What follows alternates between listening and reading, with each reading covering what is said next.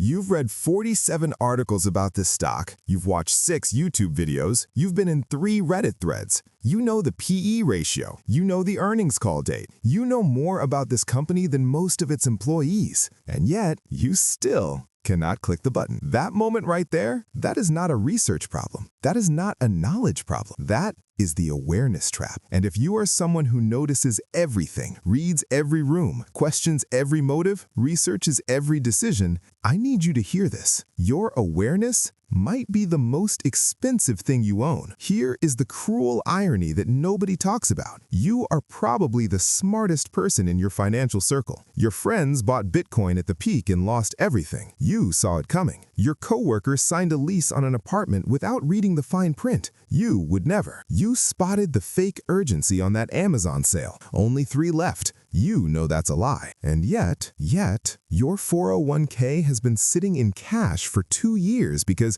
you haven't found the right time. Your student loans are on autopay while you're still researching refinance options. Your emergency fund is in a savings account earning 0.01% because you couldn't decide between 3 high-yield options. You know too much to act, and that knowledge is costing you real money. This is the awareness trap. It's not that you're lazy, it's not that you're dumb, it's that your brain was built to see danger everywhere. And somewhere along the way, your greatest strength became your most expensive weakness. So where does this come from? Psychology divides overly aware people into 2 groups. The first group was simply born this way. Science calls them highly sensitive persons, HSPs. Their nervous system filters the world at a much higher resolution than normal. Every detail lands, every signal registers. But the second group, their awareness was not a gift. It was armor. Neuroscience calls this state hypervigilance.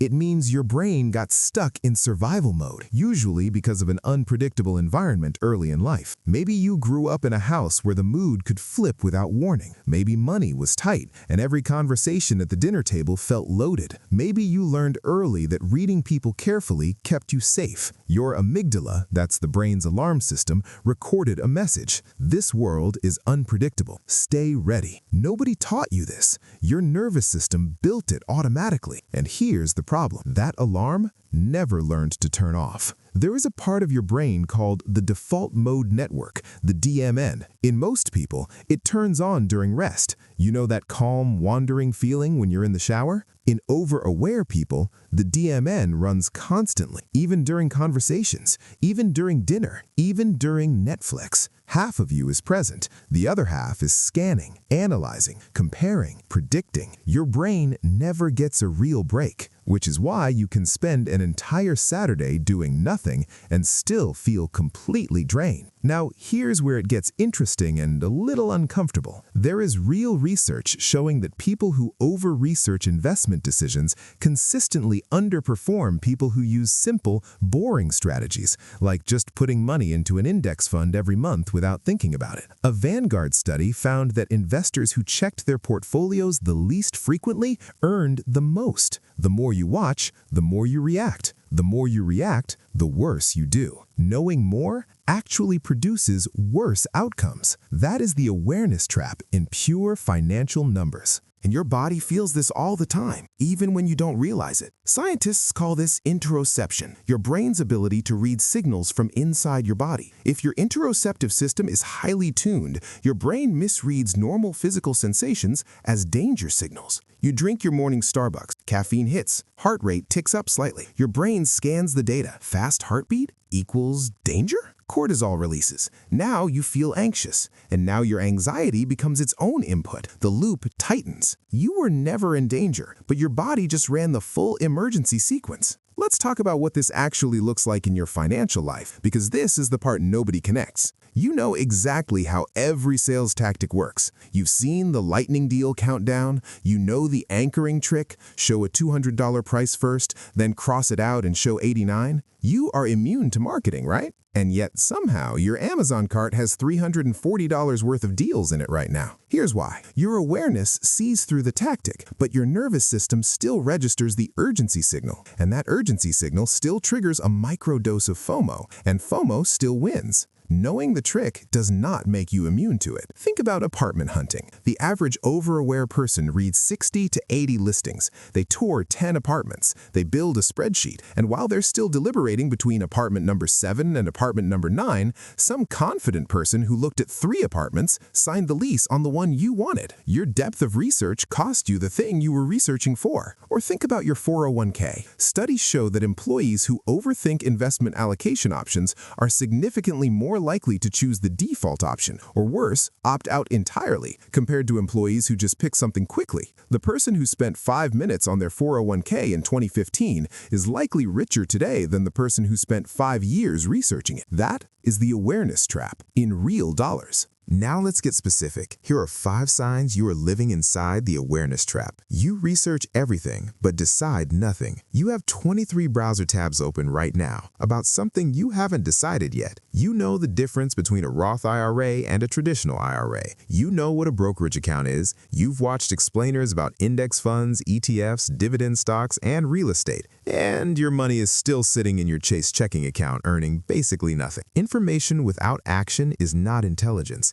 It's anxiety dressed up in research. You see through people's motives and it makes you lonely. Your financial advisor smiles and recommends a specific fund. You immediately wonder about their commission structure. A friend tells you about a great opportunity. You already see 3 ways it could be a scam. You're not wrong, but you're not happy either. When you see through every layer, it becomes impossible to just trust anyone. And trust is the foundation of every good financial relationship and every good human relationship. You end up doing everything alone because no one meets your standard of transparency. That's not strength. That's a very expensive form of loneliness. Your body is always on alert, even when nothing is wrong. Sunday evening, work starts tomorrow. Nothing has happened yet, but your chest is tight, your jaw is clenched. You're already running simulations for meetings that haven't happened. You're already bracing for conversations that may never occur. Your nervous system doesn't know the difference between a real threat and an imagined one. It responds to both with the same cortisol spike, the same tight shoulders, the same shallow breathing. Pause. You're paying an energy tax on a danger that doesn't exist. You feel exhausted by other people's emotions. Your coworker vents about their bad morning. You absorb it. You carry it to lunch. You think about it on the drive home. Your friend talks about their breakup. That pain sits in your chest for 3 days. Psychology calls this emotional contagion, the unconscious mirroring of other people's emotional states. In overaware people, it doesn't stay unconscious. It becomes full absorption. You become the emotional trash can for everyone around you. And at the end of the day, the person who is always holding space for everyone has no space left for themselves. You have more self-awareness than self-compassion. You know exactly why you're anxious. You can trace it back to a specific moment in childhood. You understand your attachment style, your cognitive biases, your emotional triggers, and you still talk to yourself like you're the problem. You have built a complete psychological profile of yourself and used it as a case against yourself. Awareness without compassion is just a more sophisticated way of being your own worst critic. So what do you actually do with this? You cannot turn off your awareness. Telling you to just stop overthinking is like telling someone with perfect vision to try to see everything blurry. That's not how this works. The goal is not less awareness.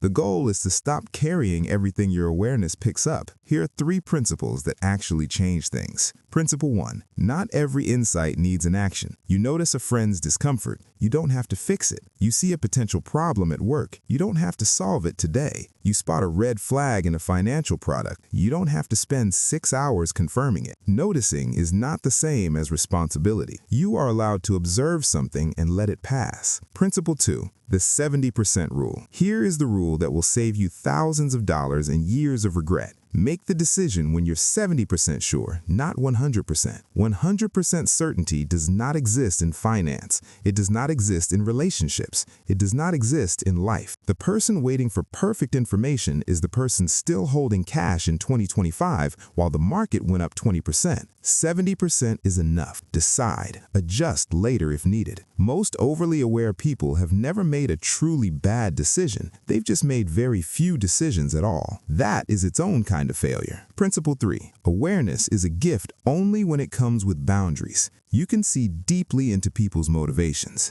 and still choose not to dissect every conversation. You can sense emotional tension in a room and still choose not to absorb it. You can notice your own anxiety and still choose not to treat every feeling as data requiring analysis. The most advanced use of your awareness is learning what belongs to you to carry and what to put down. Here's what I want you to understand. Your awareness is not your enemy. It never was. The problem was never that you see too much. The problem is that you've been treating your mind like a surveillance system, always recording, always analyzing, never allowed to rest. The most powerful thing you can do is not to see less. It is to become the editor of what you carry. Think of it this way. You were handed a high-powered searchlight. For years, you used it to scan every dark corner for threats. What your life is asking you to do now is to turn that light around. Point it at what is worth building. Point it at what is worth trusting. Point it at yourself with the same depth of understanding you give to everyone else.